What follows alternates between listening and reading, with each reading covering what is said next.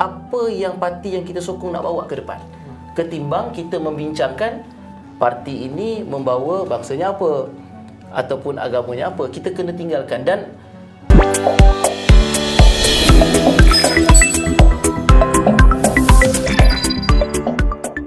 penyelenggaraan Pemilu Indonesia 2024 telah mengundang banyak perhatian di dalam negeri juga di luar negeri. Tak luput juga media dari negara jiran kita Malaysia, yaitu salah satu stasiun TV di sana. Dengan pembahasan penyelenggaraan pemilu di Indonesia dengan aman dan damai. Mereka menilai pemilu Indonesia bisa dijadikan teladan bagi Malaysia, di mana pemilu Indonesia kali ini tidak diwarnai isu agama dan identitas. Dalam perhitungan pemenang pemilu kali lebih tertuju pada pasangan Prabowo Gibran. Mereka juga kagum dengan demokrasi Indonesia yang lebih terbuka, transparan, dan selalu diwarnai dengan debat terbuka dengan visi dan misinya dalam memajukan Indonesia, seperti dalam cuplikan video ini.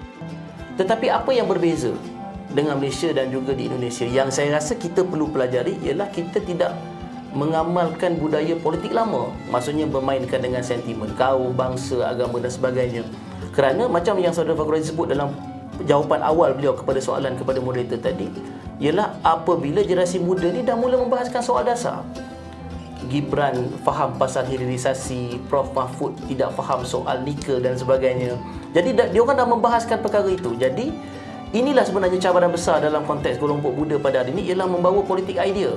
Maksudnya kita bertekak, kita bergasak, tetapi jangan kita kesampingkan perihal idea dan membahaskan apa yang parti yang kita sokong nak bawa ke depan, ketimbang kita membincangkan parti ini membawa bangsanya apa ataupun agamanya apa. Kita kena tinggalkan. Dan menariknya, walaupun Anies ini dilabelkan dengan politik identitas usai kemenangan beliau di dalam pilihan raya Gubernur pada 2017, itu tidak melekat pada beliau dalam pilihan raya pemilu kali ini.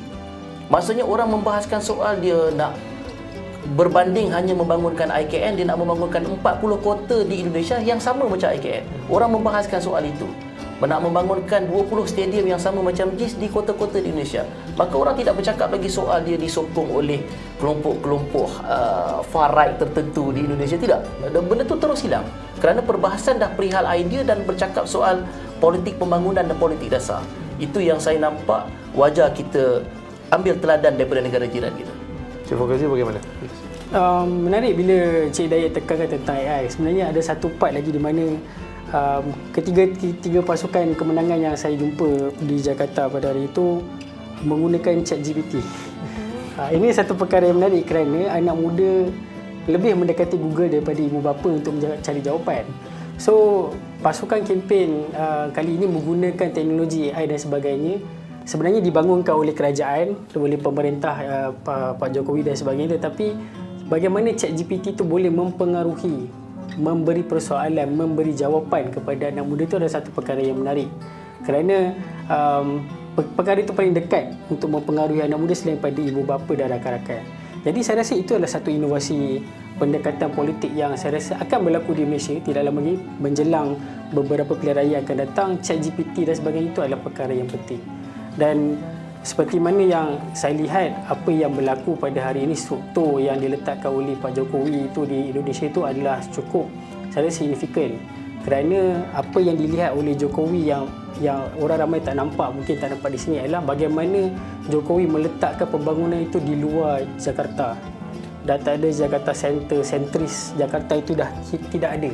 Kebanyakan bansos atau bantuan sosial, infrastruktur dari segi jalan raya, pembangunan, even infrastruktur dari segi pengangkutan awam berlaku di Sulawesi, di Papua, di Kalimantan dan sebagainya. Itu membuka mata kepada menyentuh hati masyarakat Indonesia di mana mereka mendapat seorang presiden yang memahami keperluan ekonomi di luar Jakarta itu sendiri. Untuk membangunkan Indonesia itu memerlukan semua wilayah provinsi dan kepulauan-kepulauan kecil itu sekalipun memerlukan pembangunan. Dan ini disentuh oleh pemerintahan Pak Jokowi sepanjang dua penggal, khususnya pada penggal kedua. Dan ini saya rasa menarik untuk ditelusuri oleh pemimpin di Malaysia, di mana apabila kita melakukan sebuah dasar itu, yang penting sekali adalah untuk memastikan rakyat itu dekat, memahami apa yang ingin disampaikan oleh pemerintah ataupun kerajaan tentang dasar-dasar yang telah mereka buat. Tidak semestinya, kadang-kadang dasar itu hanyalah simple. Macam Jokowi memberi bantuan bansos atau bantuan seperti makanan. Dan kalau kita lihat ketika tiga calon presiden, Anies menceritakan tentang pendidikan gratis, Prabowo menceritakan tentang makanan gratis untuk, dan Ganjar pula menceritakan tentang internet gratis. Semuanya berkenaan dengan rakyat, yang menyentuh jiwa, menyentuh keperluan ekonomi rakyat seharian. Itu saya rasa paling penting untuk pemimpin di Malaysia boleh mengambil iktibar. Bagaimana kita ingin melihat ataupun memastikan masyarakat itu memahami dasar yang telah dibuat oleh pemerintah. Pada masa yang sama, ia merapatkan lagi. Pemilu Indonesia dengan pasangan presiden dan calon wakil presiden dalam debatnya menyambut pemilunya hanya fokus dengan misi dan misinya untuk pembangunan Indonesia tanpa mengedepankan kepentingan partai, kelompok, lebih-lebih memunculkan isu agama, ini menurut mereka. Jadi pengaruh Jokowi dalam pemilu ini begitu tinggi, dan semua parti politik kalau kita lihat, even calon-calon presiden ini tidak menafikan pembangunan ataupun apa yang ingin dibawa Jokowi itu adalah tepat untuk Indonesia. Cuma dari segi perbezaan, dari segi konsep, falsafahnya, mungkin dari segi pendekatannya bagaimana, dan itu sahaja yang saya rasa pemilu kali ini menunjukkan bahawa Indonesia sekarang ini tengah bukan gopoh tetapi tengah gairah untuk ke depan. Hampir 70% mengatakan ekonomi mereka mungkin stagnan, tidak berubah dan sebagainya. Tetapi populariti Jokowi tetap 80%, 75%. Ini memberi signal ataupun masyarakat telah memberi signal awal kepada pemimpin Indonesia bahawanya leadership is very important untuk Indonesia maju ke depan. Tidak ada kompromi untuk seorang leadership itu lemah.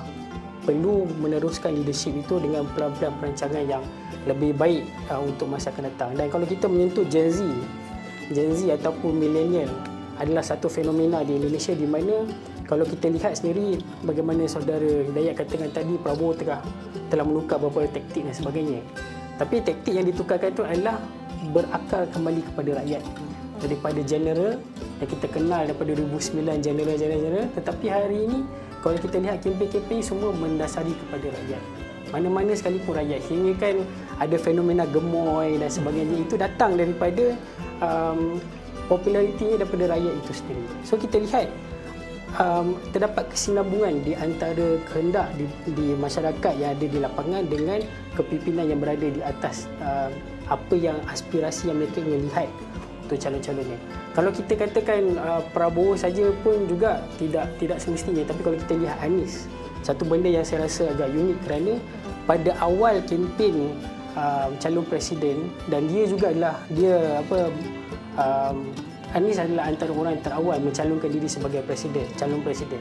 Kalau kita lihat Anies pada ketika itu di tangga ketiga. Tetapi selepas perdebatan, selepas kempen selama 75 hari ini, kita dapat melihat bagaimana pasukan kemenangan Anies boleh mengatasi Ganjar dengan Mahfud di tangga kedua. Dan ini kalau kita lihat satu dinamik politik Indonesia di mana apa-apa sekalipun boleh berubah dalam beberapa fasa dan sebagainya. Dan ini saya rasa satu pendekatan yang boleh kita pelajari di Indonesia kalau kita boleh amati bagaimana dinamik politik itu berubah dengan budaya dan apa orang kata contestation politik yang saya rasa agak sihat berbanding kita menyanggah antara satu sama lain, tetapi idealisme yang dibawa ke hadapan kepada rakyat itu memberi mereka kelebihan untuk dipilih sebagai calon presiden itu sendiri. Will this be another era pasca Jokowi yang akan dilalui oleh Indonesia? Sebab itu dalam politik Indonesia kali ini sebenarnya dia ada satu istilah yang menjadi perdebatan di kalangan kelompok-kelompok nasionalis, iaitu istilah yang dikenalkan oleh Parti Solidaritas Indonesia yang kebetulan sekarang ni ketua umumnya adalah anak bongsu Jokowi, iaitu Kaisar Pangarep, iaitu Jokowism. Maksudnya inilah satu bentuk budaya pembangunan, pola pembangunan negara Republik Indonesia yang baru berteraskan bagaimana Jokowi. Sebab itu kalau kita melihat tadi apa yang disampaikan oleh Saudara Fakhru Razi tadi dan ulasan daripada penduduk moderator pun, sebenarnya it's all about continuity. Akhirnya this is real politik.